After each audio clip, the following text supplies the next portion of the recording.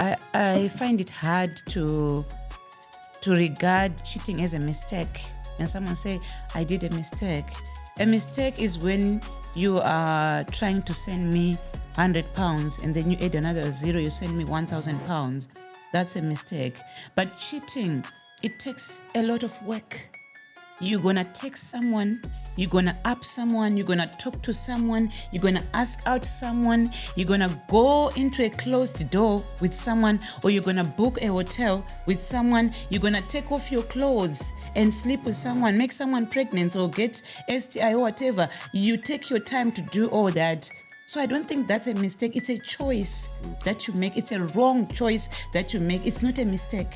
You don't fall on top of someone and make them pregnant, but you make a choice to cheat, to do something, to get out of your house, to get out of your relationship or out of your marriage. So it's a choice, it's a bad choice that you have made that you need to rectify. So a mistake, no. A mistake is maybe saying this, I don't drink sugar, you drink sugar. Maybe this cup are the same. So you might take my cup by mistake and I might take yours and I'm like, oh no, this one is sugar, this one doesn't. But so cheating, I don't think it's a mistake. It's a choice. It's a terrible choice that we make, not a mistake. So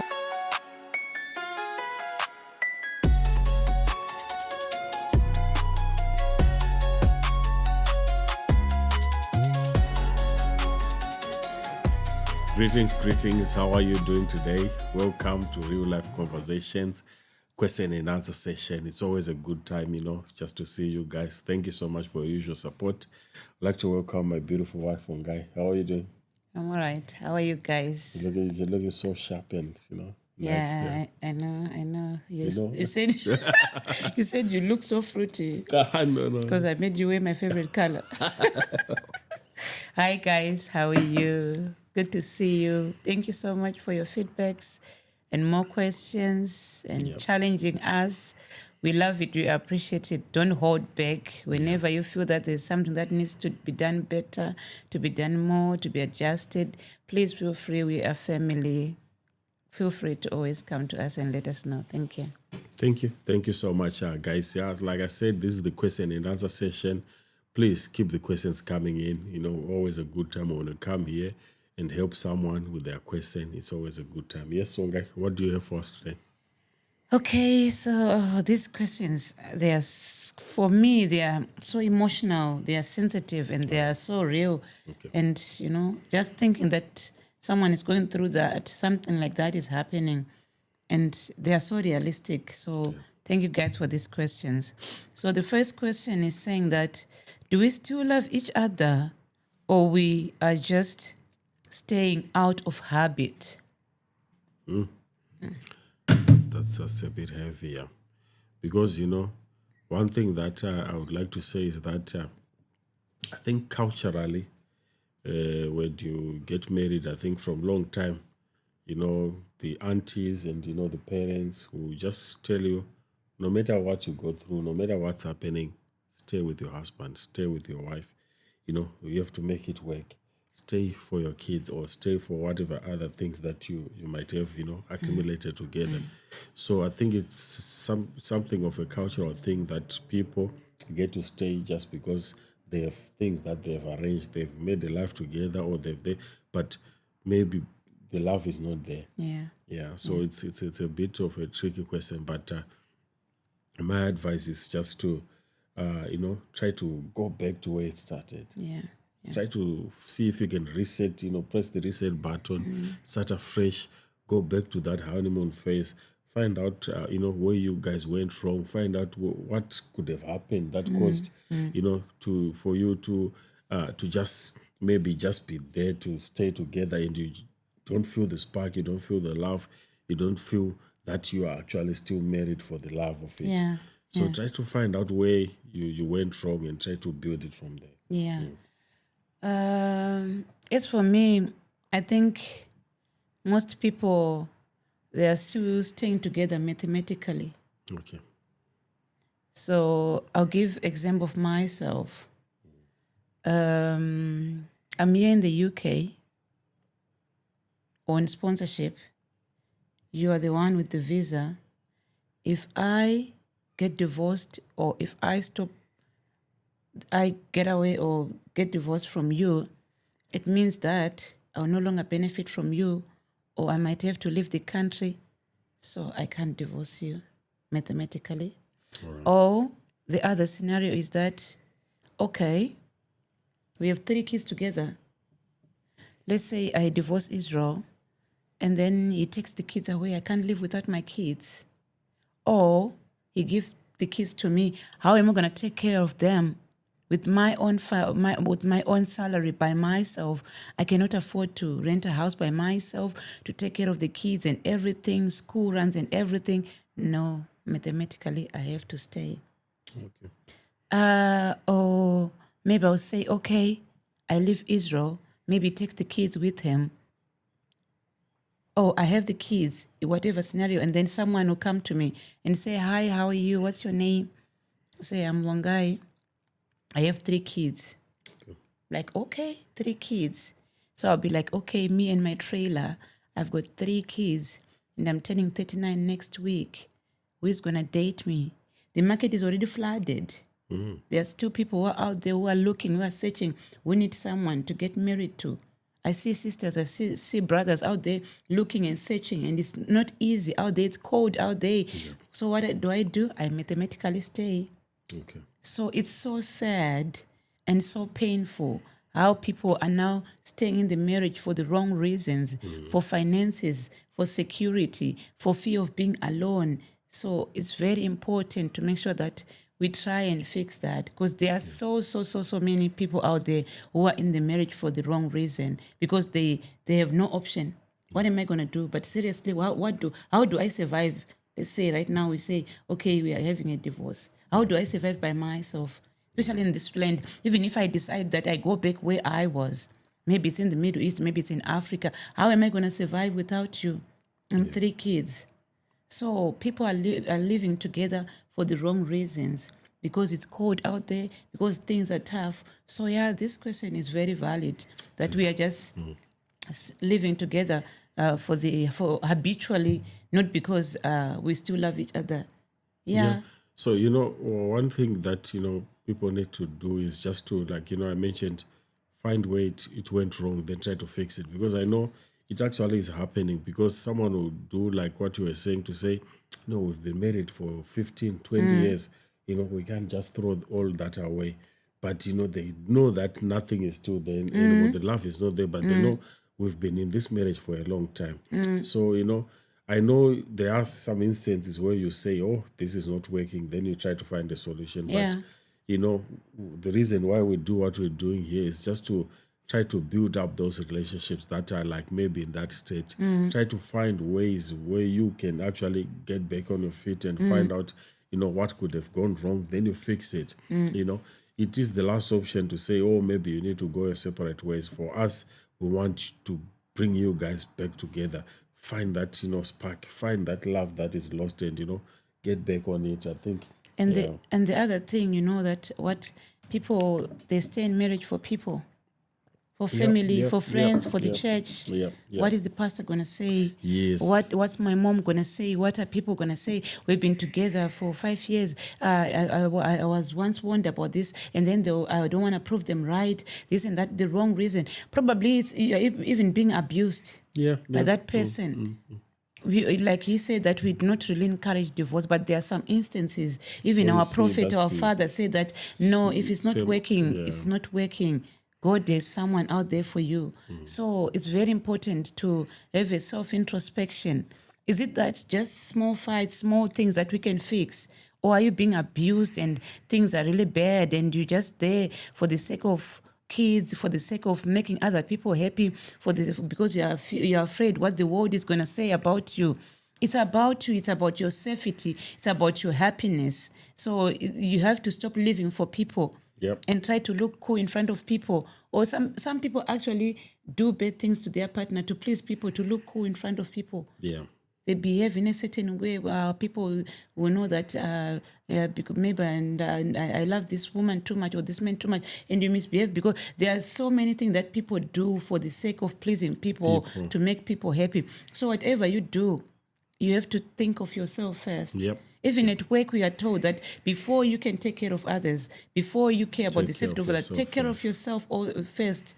Take care of yourself first. Give yourself a lifeline, and then you can also be able to help others. But if you're drowning, if you're sinking, if you're in pain, that pain will become contagious. That pain will go to the next person. You won't be able to love. So whatever it is, make sure that you are in your marriage for the wrong reason. If it can be fixed, fix it. Talk about it. Seek counseling. Seek help. Find help. Find someone who can help you. But if it's in a relationship where you are being abused, where things are not okay, don't live for people. Don't live to please people and say, what do people say? No. Yeah. One thing that I would like to say is also that your growth will start when you start realizing that, you don't live for anyone. Yes. That's when you start growing in Yes. whatever thing that you do, whatever aspect of your life. Yes. If you just realize that, people don't matter much to what you want to do or to what you want to achieve, to your relationship or to anything that you do. Don't worry about that, because one thing that you need to know, those people are not even bothered about you. You are just actually busy worrying about them. Yeah, exactly. But they are not even bothered about you. Exactly. They don't even They are living know their that own you life. are worried about them. They're just doing their thing. Yeah, exactly. So just get to a stage where you say, I want to do my thing. Figure out what you need to do. Make that decision. If it means maybe you want to go counseling, go for it. Speak to your partner. Go to your pastors. Go to your aunties and stuff and say, this is what's happening. Don't worry about what your auntie or where the counselor will say about your situation, to say, oh, maybe you could have done it or you could just keep quiet. No, just say it out, speak it out, and let it go. Because for example, in the Bible, where when Job said that what I was afraid of is befallen me, it has come true. So sometimes you feel that people are looking at me, people care about, because you are looking at them. You are looking for those things. You always think that you're not focused on your life. You think, whatever, you go on social media, you see someone's status, you say, they are talking about me. They put that status for me. You see something, they are looking at me, at church, at work, whatever is said, you think it's about you. They are talking about you, because you're not focusing on your life, because you have that fear of pleasing people. People pleaser. You want to be cool in front of everyone and everything. And those things will look so real, will become your reality, will become your life. So focus on you. For me to be able to love Israel, for me to be able to be good, I have to be good to myself first. I have to take care of myself first, because I cannot take care of him if I cannot take care of myself. So it's very important to make sure that you are happy, you are healthy, you are looking after yourself, you're taking care of yourself. Do not just live for the sake of living or to please people or worried about what other people will say. Make sure you are happy and you are safe in that relationship.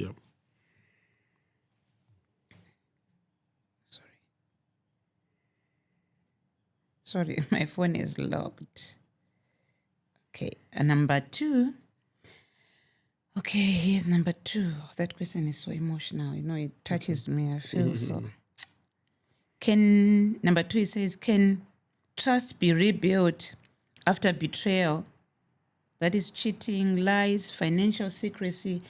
If all that has happened, are you able to go back to where you were, that romance, that love and everything that was there before, after it happened? Can life be the same again? Can life get any better after that has happened? I think I see 2 ways on it. Yes, it can get better, and no, sometimes it cannot get better. But the reason I'm saying this is that for life to go back to where it was, there has to be some form of accountability to the person who has done, maybe the cheating, or who has gone and done something that he was not supposed to have done. That person has to show that they are accountable for what happened. They have to show that they are sorry. They have to show full remorse to say, I'm really sorry, this should not have happened. They have to apologize. And if they apologize, it could be like they cheated, or it could be like financial secrets and everything. Then they got caught up here. They have to be clear to say they actually reformed from what has happened. If it's finances, they are now willing to share all the details that they need to share. If it's about cheating, they have really stopped completely. They are no longer in touch with whoever they cheated with, or they are no longer in touch with that kind of life that was leading them to do what they did. So I believe in such a way that when you are in love and maybe you cheat, probably it's a mistake. I don't want to put it as a mistake because I know we are adults. People really mostly know what's happening. But if you notice that this should not have happened and you are accountable, you apologize, you speak nicely to your partner, you find out what they want you to do for them for them to understand that you are really sure and you are really sorry about it and you are really reformed. Probably they'll ask you to say, give me time, or maybe I need more time to see that you really reformed. They want to see how you are doing and everything, and you have to prove yourself that you've actually, remorse and change from what has happened. I want to pose kind of a question before I give my own response. When you say that you made a mistake by cheating, I'm not saying that I'm any better or I'm perfect. Anyone can cheat, but I find it hard to regard cheating as a mistake. When someone say, I did a mistake is when you are trying to send me £100 and then you add another zero, you send me £1,000. That's a mistake. But cheating, it takes a lot of work. You're going to text someone, you're going to up someone, you're going to talk to someone, you're going to ask out someone, you're going to go into a closed door with someone, or you're going to book a hotel with someone, you're going to take off your clothes and sleep with someone, make someone pregnant or get STI or whatever. You take your time to do all that. So I don't think that's a mistake. It's a choice that you make. It's a wrong choice that you make. It's not a mistake. You don't fall on top of someone and make them pregnant, but you make a choice to cheat, to do something, to get out of your house, to get out of your relationship or out of your marriage. So it's a choice. It's a bad choice that you have made that you need to rectify. So a mistake, no. A mistake is maybe saying this, I don't drink sugar, you drink sugar. Maybe this cup are the same. So you might take my cup by mistake and I might take yours and I'm like, oh no, this one is sugar, this one doesn't. But so cheating, I don't think it's a mistake. It's a choice. It's a terrible choice that we make, not a mistake. All right. So that's what I think. That's my view. It's clear. It's true. Very true. And then in response to the question that was posed, I want to say that I know you have been hurt when someone cheats, when someone did that thing that they did to you or in that relationship. But what's important now, if I choose to forgive you, I know it takes time to heal and everything. But if I choose to stay in this relationship, in this marriage, I say, okay, Israel, I've forgiven you. I'm choosing to stay.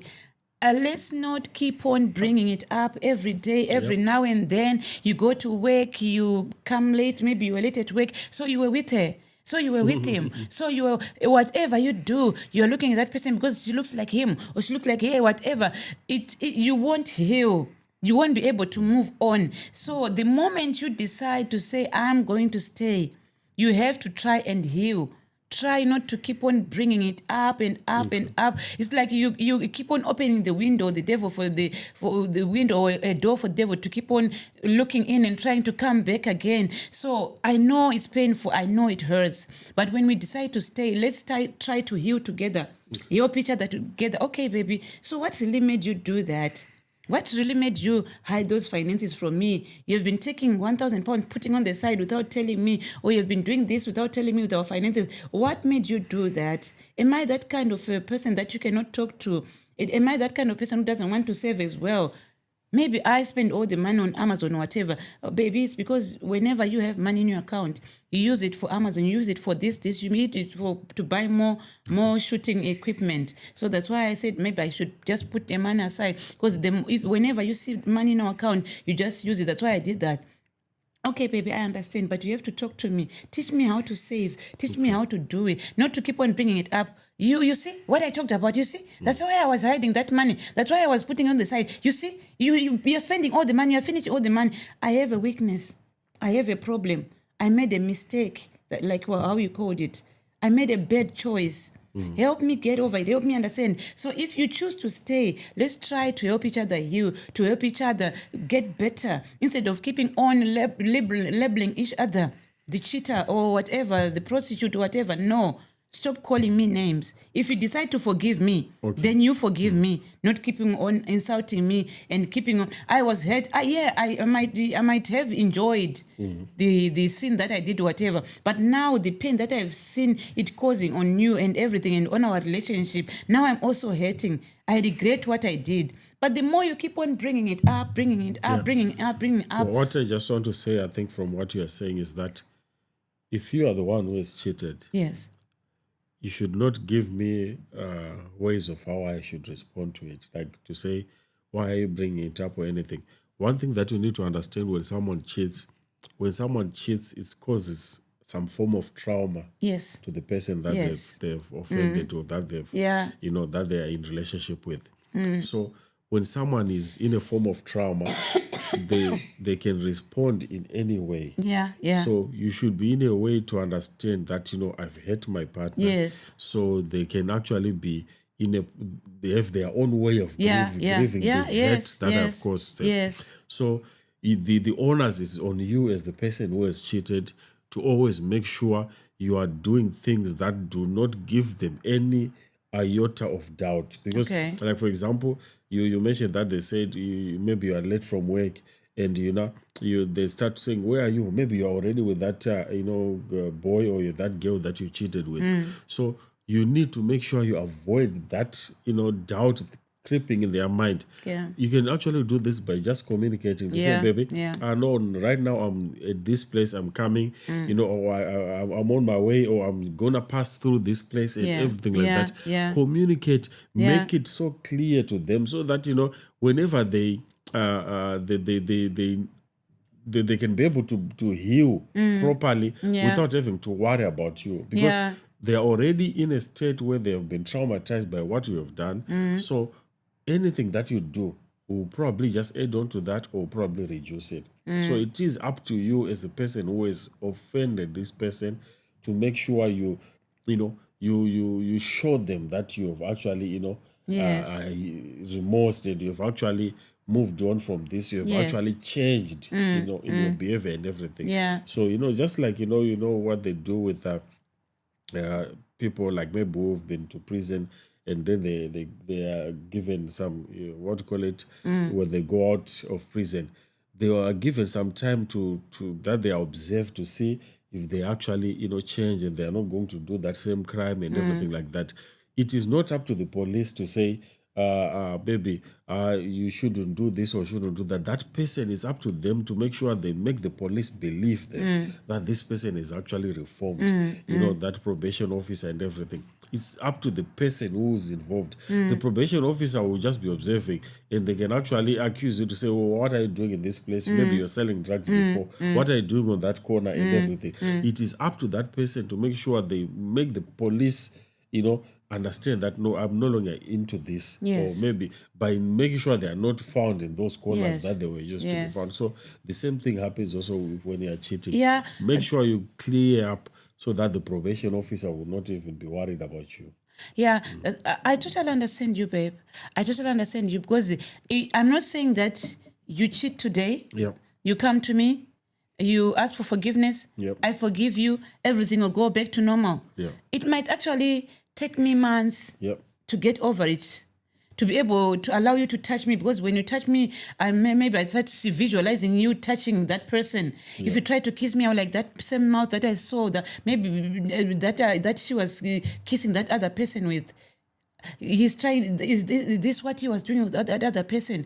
There's a lot of things that come into my head and everything, and a lot happens. You feel a lot of things that you imagine, you visualize. It's traumatic, it's painful. But what I'm trying, that in that healing process, when you are healing, yes, it's okay if you are not comfortable with me touching you with the same hands that you that I cheated with, whatever. You need time to heal. It's okay. I understand, baby. I'm not yet comfortable. Can you move to the side? Can we share different blankets? I just need time to heal. You are in pain, but what I'm saying is that keeping on throwing it to you, whatever I do, whatever I say, it's brought up, even in front of the kids. It's brought up at church, everywhere. You say it, whatever. You decide to forgive me. I'm not saying that instantly forgive me, we move on, we start doing things, everything is normal. No. I'm saying that, yes, I made a wrong choice. I made a wrong move. I know you are healing. I know you are in pain.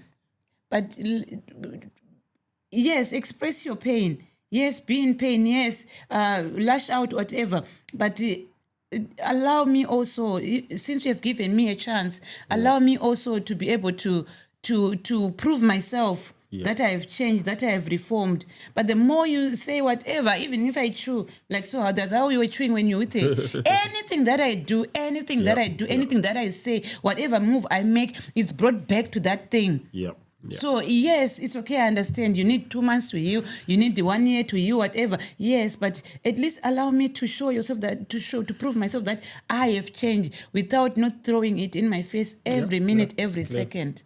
Yeah. Clear. Yeah. Okay. Number 3.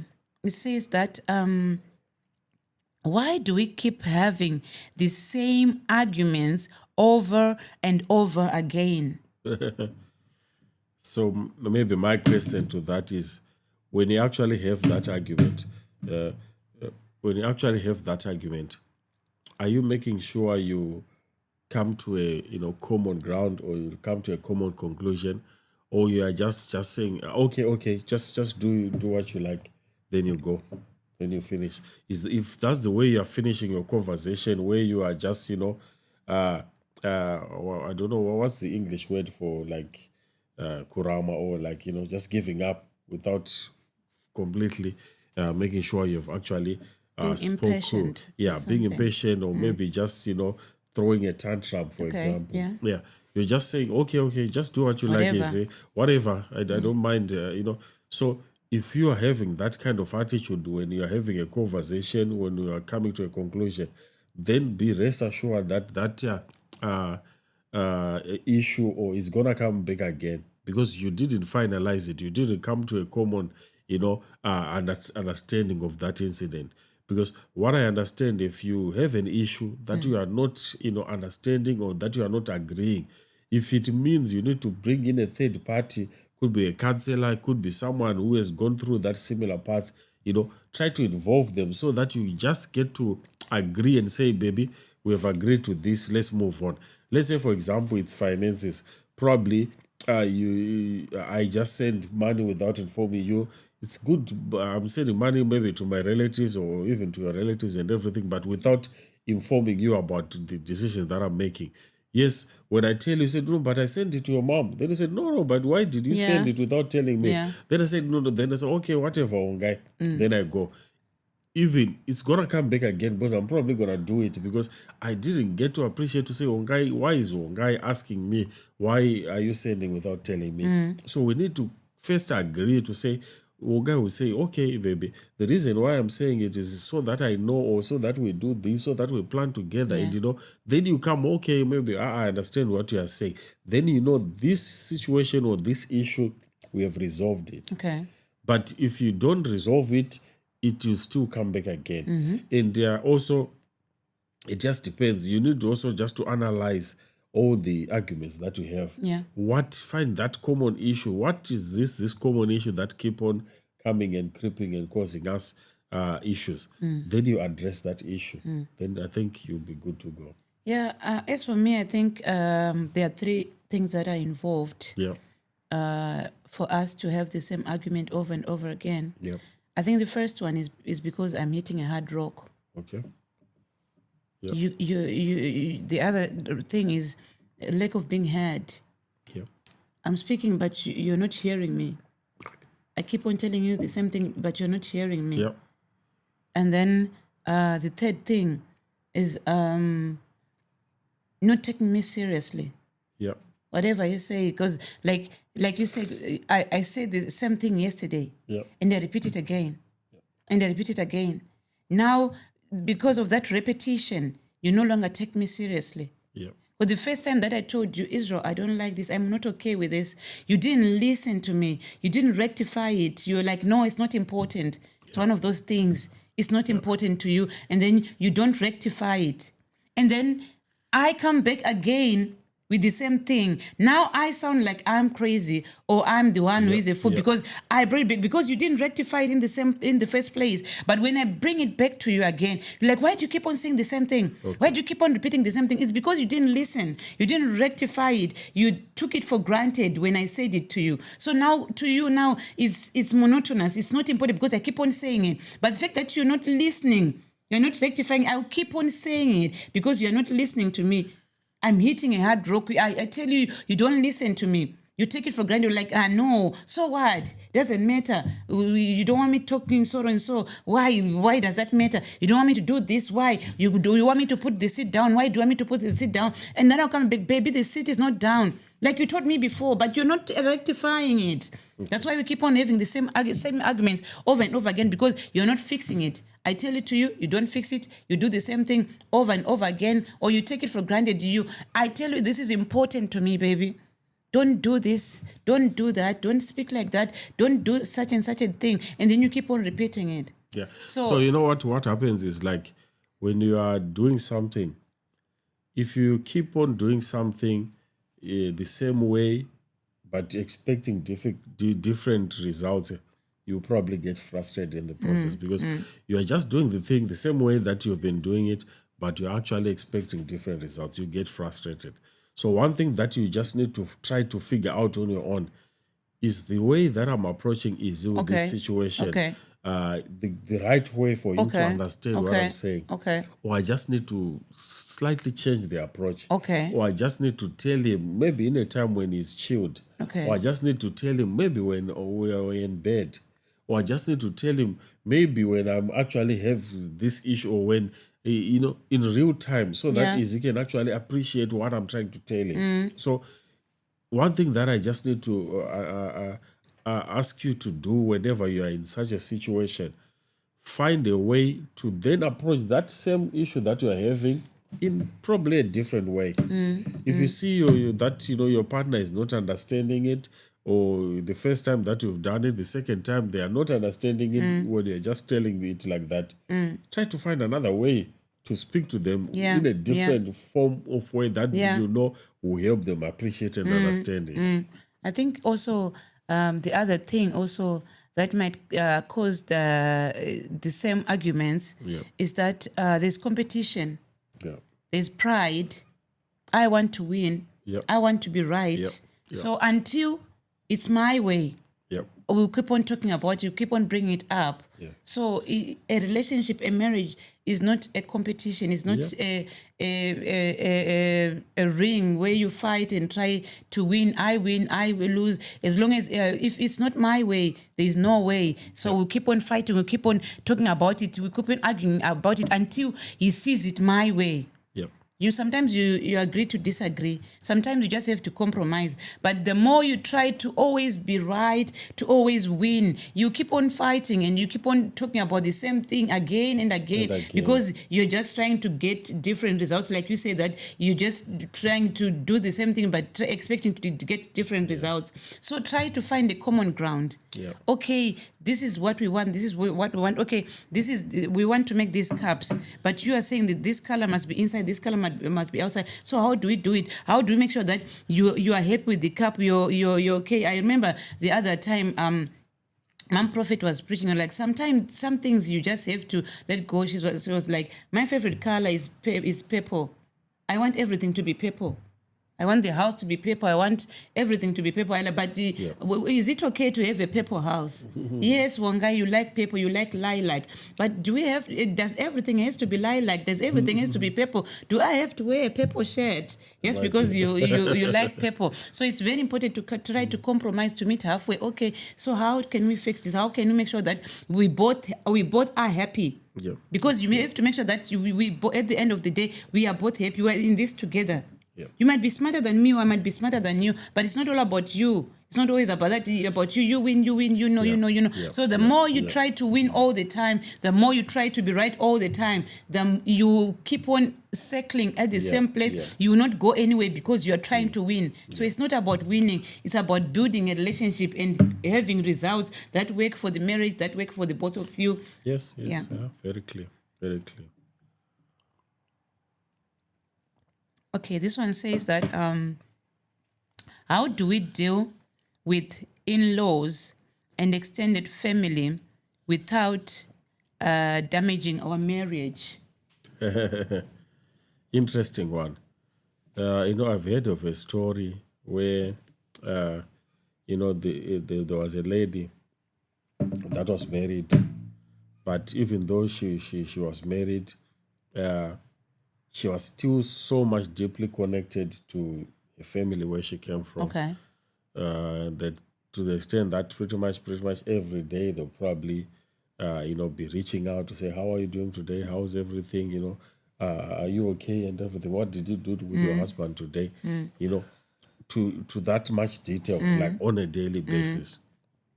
Then the only challenge that will have is that you are still connected. You still feel like you are still part of the other family. But remember what the word of God says is that you and him, you take your bags, you move out of your father's house, and you are going somewhere. You're going to start your own family. Me, Israel and Ongai, we are now here. We've started our own family. It means we are now a united front. The two of us now, have started a family. We are now a new completely family. Yeah. Yes, our parents will still be there, our brothers, our sisters, and everything. They are still there. But the key is us. We are a common force. We are a team. Yeah. So whatever then happens from us going out there to our relatives, it should portray the teamwork that exists between me and you. Yeah. The moment that you go behind me, maybe to my brothers or to your brothers or to my relatives or to without me, or maybe trying behind my back and everything, it affects a lot of things. Yeah. So you should know and understand that there should be some form of boundaries that you put, and all these boundaries should be cemented by the teamwork that we have together. If my brothers or my sisters come to me and say, "Your wife so and so and so and so," while some of them, I think I did mention it one of the days. You have to be clear to them to say, "No, guys, are you talking about my wife or are you talking about who?" Just be clear to them. No, you can't talk about my wife No, that like way. that. No. You can't. No. Yeah. So they have to know that, when it comes to Easy and Wongai, or when it comes to Wongai and Easy, you can't really just say something that is too negative without you say, no, maybe if you have that issue, maybe they actually have a genuine issue. Maybe let me call Easy. Yeah. Let's just discuss it Yeah, together. yeah, exactly. I can't just allow you guys to Exactly. just speak to about Yeah, Easy in exactly, that way. yeah. But if it's something that they just want to say, maybe in passing, they can just say it. But still, you need to let them know, I'm going to tell Izzy about what you've just said. It's not something that you can just say, they've told me this, then you hide it from your husband or from your wife. If it's already something Yeah, that is negative, yeah. you have to, they have to know that whatever goes on between the two of you, even in my absence, Yeah. it will get to Easy or Yeah. it will get to one guy. Yeah. So there has to be that kind of teamwork. Yeah. Yeah, that's it. I think what we did when we got married, in our early years of marriage, Yeah. we swapped up. Yeah. We told each other that if your brother or your sister wants something, they have to come to me. And if my siblings, they want something from me, they have to go to you. So your sister comes to you and say, Israel, I want £100. Say, go to your my guru, go to Wangai. Go to your my guru, go to Wangai. And then the other important thing also is that it doesn't show weakness. It doesn't make you any less of a man when someone asks you for something and then you tell them, I will need to talk to my wife first. Yeah. I will have to discuss this with Wangai first. Some people think that it makes them weak because people will actually tell you that, Dad, do you have to ask your wife for everything? Do you have to consult your wife about everything? So someone will say, will just make me... My husband told me that, Wangai, don't make promises when you're excited. You see that my sister needs something. She needs a man to start a business. She comes to you, she presents a business idea. It's exciting and everything. And you say, yes, I will give you the man, will find you the man. No. Don't make promises to people in the moment of excitement or when you're not sure, without talking to me first, without discussing it first. Because people will hate you because of that. People would hate my partner because of that. Because if I promise his sister or my sister some money and say that, it's okay, we'll find you the fees, we'll give you the money, or we'll give you that thing, and then tomorrow I'll be like, I'm so sorry, we don't have that money. They'll think that it's my husband who doesn't want to give him the money, or who doesn't want to borrow them whatever, because I went to him, or because I've been with him for a few days. So it's very important to say, okay, Tete, okay, my brother, I've Sekuru, okay, uncle, I've understood what you said. Okay, I'll have to talk to my husband about this, and then we'll get back to you. I'll have to talk to my wife about this, and then we'll get back to you. But the more you try to want to feel superior or to be liked, because sometimes you want to be liked by your in-laws, you want your mother-in-law to like you, so you promise things. He wants his father-in-law to like him, and then he promised things, my cousins, my uncles. You want to be liked, you want to look cool. You'll be like, yes, I will do it. We'll be coming, we'll come to your house, whatever, without discussing with me. And then you come to me, maybe I've already have made some other plans, or I have something to do, or I'm not comfortable going there. And then you come to me, say, let's go. And then I'll be like, no, we're not going. And then that makes you look bad. And that makes me look bad as well. And then that brings a rift. Be like, your wife doesn't like relatives, or your husband doesn't like relatives, or your wife is stingy, or your husband is stingy, or whatever, because of that rift. So it's very important to have a time to discuss any decisions, giving someone something, going somewhere, whatever decision that you make them together. Even if you have the money in your account, even if you have the money in your handbag, even to spare your pocket money, they should know that if you want something from my Anaya, if you want something from Wongai, she needs time to talk to her husband.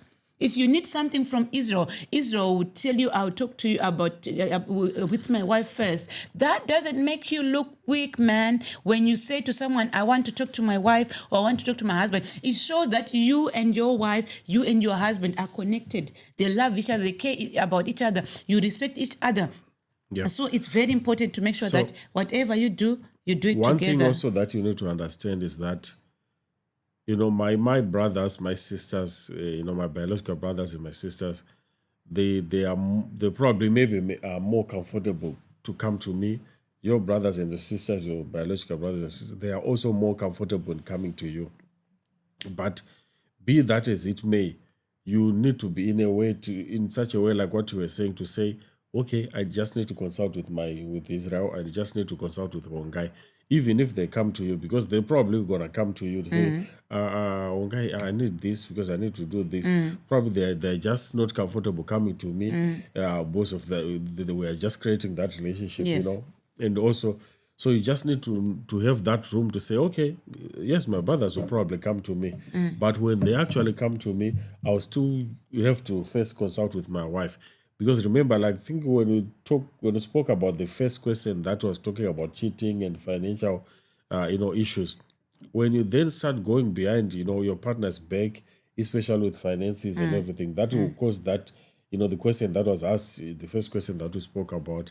So we have to make sure you are covered in such a way that, your partner knows what you are doing. It could be finances, it could be anything, it could be your time and everything. They should just be aware of what you are doing with the others. Yeah. Okay. How many are we left with? Just 2. That's good. All right. So this one is saying that, are we compatible, or did we ignore red flags before marriage? Yeah. Interesting one. So being compatible, sometimes you can actually be able to tell it while you are dating, but depending with how long you've actually dated that person, sometimes maybe you will probably not see those red flags that you mentioned. And probably sometimes you were compatible, but when you got married, maybe the interests that you both had, probably you put them on the side, and then you start focusing on other things like maybe raising kids and work and stuff like that. So what you just need to do is find what used to interest you, what used to make you compatible, what brought you two together, what made you to say I love you too, or what made you to say I love you. Those little things that you found interesting before you got married.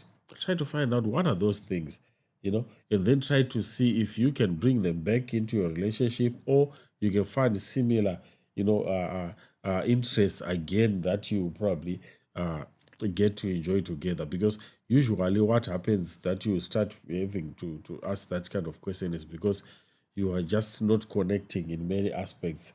Maybe just feeling, maybe he likes this, I don't like it. I like this, he doesn't like it. And, find things that you both like. Find things that you can share memories and interests together.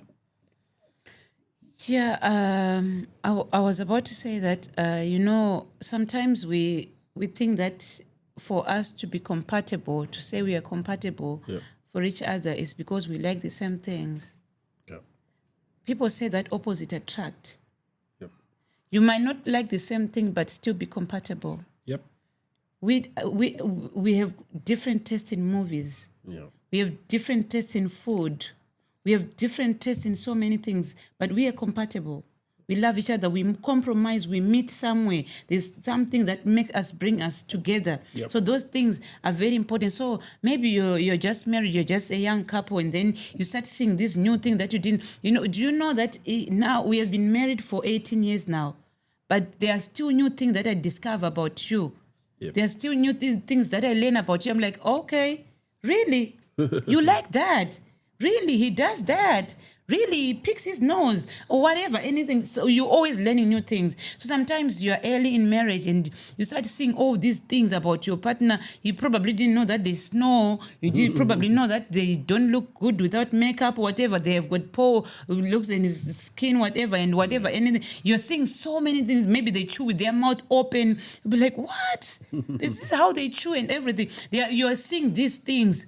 So sometimes you might think that they are red flags, but they are not red flags. You're just discovering new things about your partner. Yeah. You're just seeing these new things about your partner that you didn't know exist, that you didn't know they are there. So it's very important to be able to see the difference between red flags and being different and learning about each other. So you have to give each other time to get to know each other, to talk to each other, speak to each other, baby, this, I don't understand this. Why do you do this way, whatever. Talk to each other. You will see that you are compatible. Yeah. So being compatible doesn't mean that you like the same thing, you like the same movies, you everything. No. Opposite attract. Yeah. So it's very important to know the difference between red flags and being different. Yeah? Very clear. Yeah. Okay, the last one.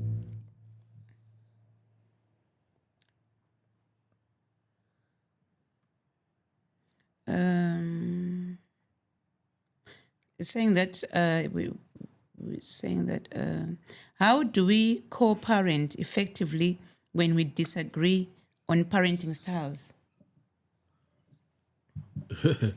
Like, maybe I probably like using the belt on my kids and you probably don't like it. Yeah, I think you just need to know what's best for your kids. You just need to find out, maybe the way I'm parenting, why am I doing that? Find out from your partner. Why are they trying to do what they're doing to, or maybe making your kids do what they're doing? Probably I'm telling my kids they need to go back to bed early. And probably maybe you're saying, no, allow our kids to just enjoy and they will go back when they are, or when they are ready to go to bed. So you need to find out what's the best interest, what is good for your baby, what is good for your son or your daughter. So then you find what's important, because maybe I'm just saying they have to go to bed because I just want them to. Maybe it's not even time for bed. So then you find out, okay, but baby, why are you saying this? Then probably if I explain to you, oh, this is for their own benefit. They need to sleep early. They sleep early. They wake up refreshed. They wake up ready for the new day. They will perform well at school and all those things. So everything, just figure out that whatever you do, the two of you, is for the best interest of your son or for your daughter. Not a competition. So even if you bring another parenting style that you say, baby, I was thinking for our kids we need to do this. I should just be able to ask you, okay, well, why do you think so? Then you explain, okay, I was thinking we do this so that it will help them to do this. Or maybe let's say you've identified a tutor for our son. Then you need to explain, okay, I think I noticed, on his grades or maybe when he's doing these subjects, he need help in this area or something like that.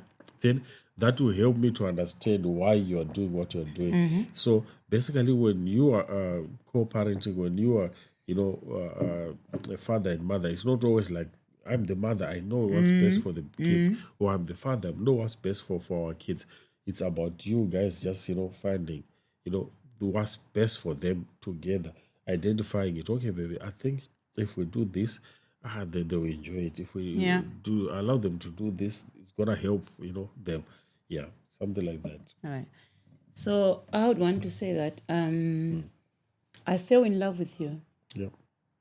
because your mother did something right. Okay. Okay. There are qualities that I saw of you that I liked. Okay. I fell in love with you because people who raised you, the community that you grow up in, Yeah. did something right Yeah. with you and about you. If there was something wrong with you, or if you were not a good man, I was not going to fall in love with you. Yeah. You fell in love with me because there's something that you saw in me. Yes. There are qualities that you saw in me that say, this You're is a good beautiful, yeah. woman. Yeah. And you're capacious, yeah. So we're talking about qualities. Oh. Being raised right. You cannot fall in love with someone who wasn't raised right.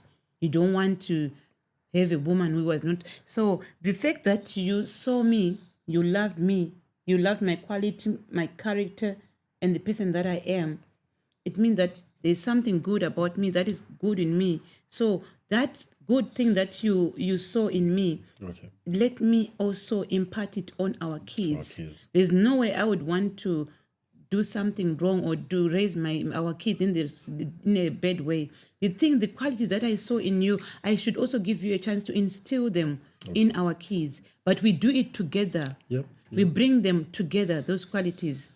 And then we don't make major decisions in front of kids. Like Adora comes to you and say, I want to have my nose pierced. I'm like, it's okay, Adora. It's okay, Adora. You can do it. I'm like, no, you're not having your nose pierced. I want to have my ears pierced, or I want to change my hair color, or I want to do this or whatever. I want to have a tattoo. Like, it's okay. Everyone has it. Everyone is doing it. No. Adora, we need time. Me and your dad to talk about this. We'll talk about it. Give us time. Why do you want a tattoo? We talk to our daughter, we talk to them and everything. So big decisions, don't make them in front of kids. And I come to you, I need a new P system, whatever they call it. I need a new gaming system. Like, it's okay, and I'll get it for a birthday. No. You need a new gaming system. What's wrong with your old gaming system? Okay, we'll see about it. And then when we are by ourselves, I don't want a nose ring. Why? Do you think that's okay? And then you explain to me why it's okay. And then we understand each other. So if we have to parent our kids properly, we have to give each other a chance to instill those values that we saw in each other. But without letting the kids know that we are taking this side or whatever. Daddy is more cool, mommy is not cool. Whoever we must try to make sure that we don't pick sides. You were raised in a apostolic faith or setup. I was raised in a Pentecostal setup. There are good things that are where you were raised in the apostolic setup. There are good things in the Pentecostal. We bring them together. We marry them together. There's this good quality. There's this thing about this. So. There's this such and such. If it was so good, why did you leave? Why didn't you do that? Hey, no.